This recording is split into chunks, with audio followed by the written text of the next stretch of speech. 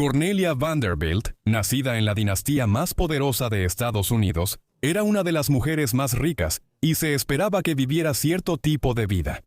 Lo hizo por un tiempo, pero en los años 30 se mudó a Europa, se divorció, se tiñó el cabello de rosa y se reinventó con otro nombre. Estas acciones sorprendieron a la alta sociedad. ¿Por qué lo hizo y qué pasó con ella? Cornelia Stuyvesant Vanderbilt nació en Biltmore, Carolina del Norte, el 22 de agosto de 1900. Su vida estuvo marcada por los antecedentes familiares. Su padre era el grandiosamente llamado Jorge Washington Vanderbilt II.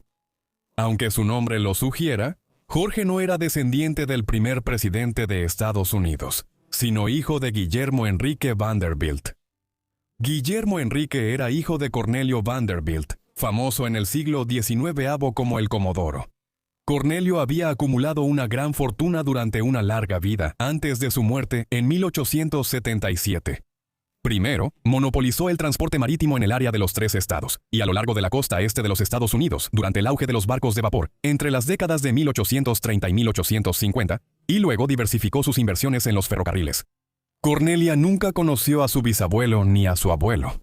Guillermo Enrique falleció en 1885 y dejó una fortuna de $200 millones hoy, equivalentes a decenas de miles de millones.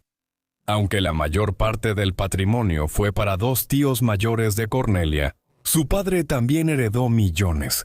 Con los años obtuvo más dinero al morir familiares y liberarse fondos fiduciarios.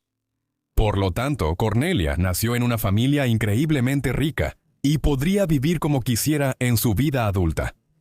Su madre era Edith Stuyvesant Gerry, quien provenía de una destacada familia política de la costa este. Ella se casó con el padre de Cornelia en 1898. Cornelia era su única hija, lo que significaba que heredaría toda su fortuna en los años venideros. Junto con la enorme casa y la propiedad que Jorge había construido en Biltmore. Antes de profundizar en la vida de Cornelia, retrocedamos para revisar la finca Biltmore. El padre de Cornelia construyó la casa antes de casarse con Edith. Su madre lo llevó a la zona rural de Carolina del Norte. Tras la muerte de su esposo, William Henry, en 1885, ella pasó más tiempo fuera de Nueva York. Carolina del Norte era un destino popular para quienes huían del bullicio de Manhattan. A Jorge le gustaba Carolina del Norte, y en sus 20s decidió comprar una gran propiedad para construir su casa. Además, quería igualar a sus hermanos, quienes habían construido grandes casas en Nueva York y Rhode Island. El trabajo inició en la finca Biltmore a finales de 1880, tras la compra de 125,000 acres por Jorge. Fue diseñada por el destacado arquitecto del siglo XIX, Ricardo Morris Hunt, y aproximadamente 1,000 trabajadores fueron empleados durante su construcción. Al ser construida al estilo de un castillo renacentista francés, su arquitectura se inspiró en varios castillos renacentistas del Valle del Loira. En particular, el castillo de Blois, un castillo histórico en el centro de Francia, que alguna vez sirvió como residencia de los condes de Blois y de varios reyes franceses. La casa tenía 4 pisos, sótano y subsótano. Había aproximadamente 250 habitaciones en la casa Biltmore, incluyendo 35 recámaras y más de 40 baños, cuartos para empleados, salón de banquetes, sala de música, biblioteca con miles de libros, grandes cocinas y lavanderías, sala de billar y una alberca. Terminada en 1895, esta característica inusual fue nombrada en honor a De Bilt, ciudad natal de los Vanderbilt en los Países Bajos. Esta gran casa fue el mundo de Cornelia, hija única. Al cruzar sus puertas podía caminar millas sin salir nunca. La vasta propiedad, entonces y ahora, se mantenía como la casa privada más grande de Estados Unidos. A pesar de su grandeza, era un lugar curioso para ser niño. Sin hermanos pocos iguales y una vida diaria marcada por adultos atentos y el personal del hogar. Una crianza que difícilmente podría evitar dejar huella. Así fue, pues Cornelia se volvió excéntrica años después y dejó la mansión de su infancia. Como veremos pronto. Cornelia creció en la finca Biltmore y recibió educación privada en sus primeros años allí.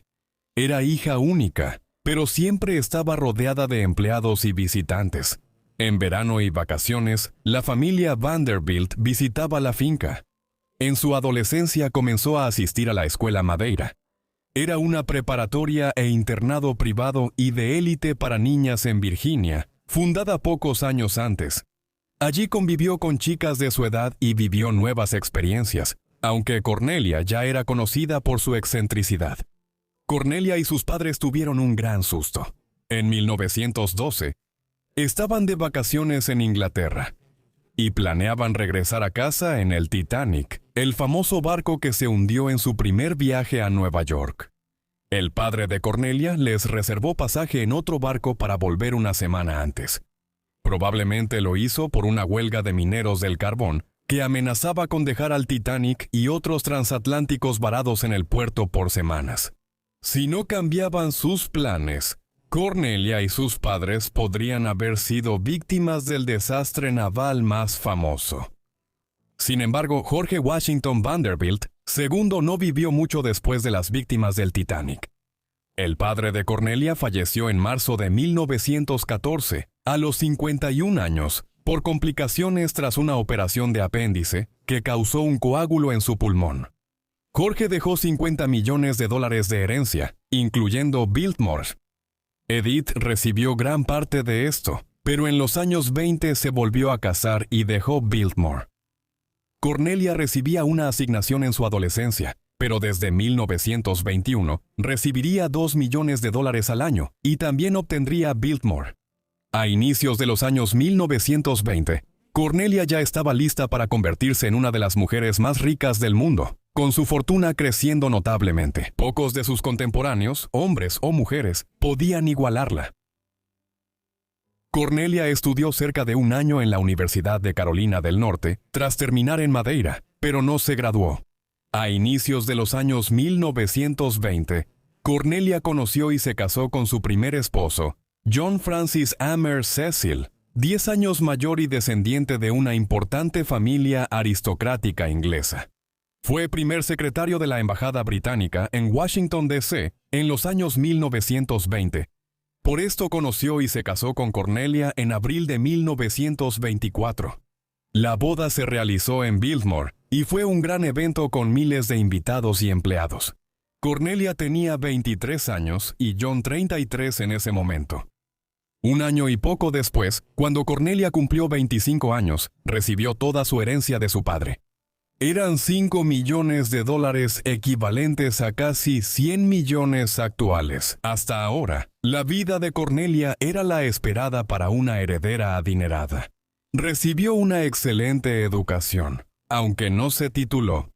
Se casó con un hombre adinerado de su clase, participó en actividades filantrópicas, y pronto fue la señora de la mansión Biltmore.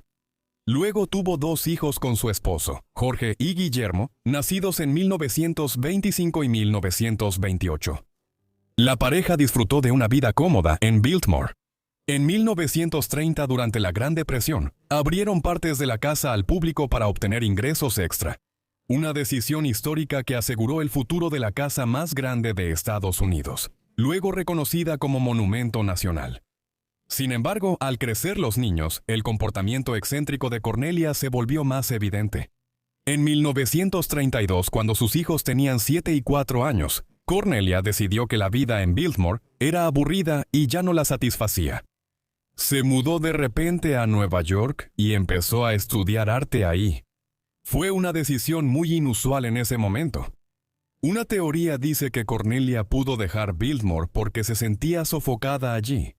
Ella administró la finca a principios de 1920, pero al casarse, su esposo tomó el control de Biltmore, y ella quedó sin ocupación durante el día. Cornelia no tenía interés en ser una ama de casa recatada, aunque fuera adinerada, y decidió establecer su propia vida independiente en Nueva York. Cornelia no permaneció mucho tiempo en Nueva York, aunque unos meses después de llegar allí, se fue a Europa y se estableció en París. Nunca volvió a Estados Unidos, ni para el funeral de su madre en 1958. Cornelia también decidió que había terminado con su esposo. Ella se divorció de Cecil en 1934, poco después de llegar a Europa. Aun después de divorciarse de Cornelia, él siguió en Biltmore y administrando la propiedad. Más desconcertante fue que adoptara el nombre Neeltje y se tiñera el cabello rosa. Esto mostraba su creciente fe en la numerología y el misticismo. El color de su cabello y su nombre reflejaban su supuesta aura. Después se tiñó el cabello azul y solía vestir colores vibrantes según su aura y la temporada. Mientras tanto, sus hijos fueron educados en Gran Bretaña y Suiza, lo que significa que Cornelia los veía regularmente en Europa. Durante las vacaciones volvían a Biltmore para estar con su padre, llevando una vida transatlántica. Ambos estuvieron en la Marina Real Británica en la Segunda Guerra Mundial. ¿Consecuencia indirecta de la pasión de Cornelia por viajar? Cornelia destacó por su vida amorosa complicada en Europa. En París comenzó una relación con un artista suizo, Guy Bear. Cuando inició la Segunda Guerra Mundial, se mudó a Gran Bretaña y la hizo su hogar adoptivo. Sus 2 hijos apenas sobrevivieron al conflicto. En 1943 fueron enviados desde Suiza, pasando por la Francia de Vichy y España, hasta Portugal. Así abordaron un avión en Lisboa y volaron a Inglaterra para ver a su madre.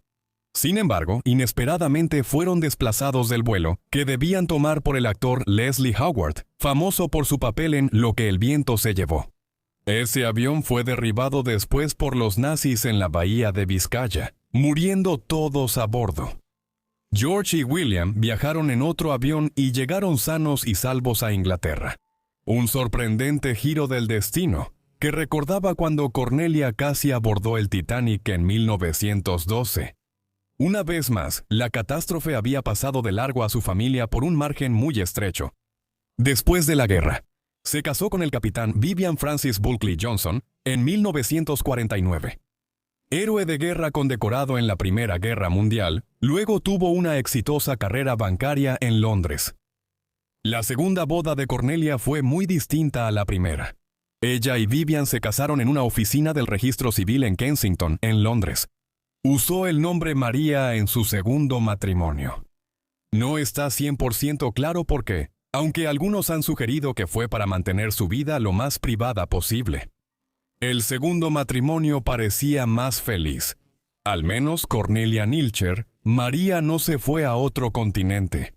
Ella se quedó con Vivian y ambos permanecieron casados hasta su muerte en 1968, el periodo más largo y tranquilo de su vida poco convencional. Cornelia y Vivian vivían entre una casa en Londres y una propiedad en los Cotswolds, Oxfordshire, llamada The Mount. Sin embargo, aquí tenían hábitos de colección algo excéntricos, del tipo que solo podían ser financiados por la inmensa riqueza de Cornelia. Por ejemplo, la casa tenía una creciente colección de jarrones chinos históricos. Luego se donaron al Museo Victoria y Alberto en Londres. Tras la muerte de su esposo en 1968, Cornelia se interesó más en la terapia de arte. Se hizo amiga de Eduardo Adamson, un defensor de esta nueva terapia. Durante una cena en Londres una noche, conoció a William Godser. Fue su mesero esa vez y tenía 26 años menos que Cornelia. En 1972, ella se casó con él, cuando tenía 72 años y él tenía 46. Vivieron juntos en paz en la montaña. Este sería su último matrimonio. Cornelia murió 3 años y poco después, el 7 de febrero de 1976 a los 75 años de edad. Mientras que una gran cantidad de su extensa familia Vanderbilt fue enterrada en la cripta familiar en Staten Island, de regreso en Estados Unidos, Cornelia volvió a romper con la tradición. Después de su muerte en Oxfordshire, fue incinerada y sus cenizas fueron depositadas en una iglesia cerca de su casa. Años después de la muerte de su joven esposo, William Godser, en 1984, sus restos fueron reunidos y enterrados juntos en Orkney, Escocia. Ella renunció a sus lazos con los Vanderbilt y eligió vivir en privado en la segunda mitad de su vida, lo cual fue un final apropiado. Sin embargo, ¿por qué eligió vivir de esta manera? Sigue siendo un misterio hasta el día de hoy. Su matrimonio con Cecil, fallecido en 1954 cerca de Baltimore, fue claramente infeliz. Tenía suficiente dinero para romper con las convenciones y seguir su propio camino. Cornelia tuvo una vida inusual, por lo que no sorprende que haya surgido una historia peculiar sobre ella recientemente. Aún hoy, un pedazo de su pastel de bodas sigue en exhibición en la mansión Biltmore. Quizá te preguntes cómo un pastel pudo durar un siglo. Y esa sería una pregunta razonable. El pastel de bodas de Cornelia y Cecil en 1924 era de frutas. Incluyen bastante alcohol como whisky, que preserva el pastel. El pastel de fruta suele hornearse semanas antes de comerlo. Un pedazo de pastel fue guardado en una lata olvidada en un baúl. Fue hallado en la década de 2010 y parecía queso, pero no lo era. A diferencia de otros alimentos, no se desintegró tras casi 90 años, según una investigación. Un trozo del pastel de bodas está en exhibición en Biltmore, como testimonio de la vida de una mujer excéntrica. Tras la muerte de su primer esposo, en 1954, los hijos de Cornelia asumieron la administración de Biltmore. Jorge y Guillermo la convirtieron en un museo de casa histórica. Trabajaron para estabilizar y volver rentable y autosuficiente el negocio. En 1963, la finca fue declarada Monumento Histórico Nacional gracias a Jorge y Guillermo. Cornelia tuvo 8 nietos, y hoy en día varios de sus descendientes están involucrados en la administración de la finca. Sigue siendo una de las principales atracciones turísticas en Carolina del Norte, con 1.4 millones de visitantes anuales. Gracias por ver este video sobre Cornelia Vanderbilt. Espero que les haya parecido interesante. Déjenme saber qué les pareció su vida en los comentarios de abajo. Y si tienen alguna sugerencia también háganmelo saber en los comentarios. Ojalá estén suscritos y tengan activadas las notificaciones para recibir mis videos al subirlos. Eso es todo. Nos vemos en la próxima entrega de Vidas Olvidadas. Gracias.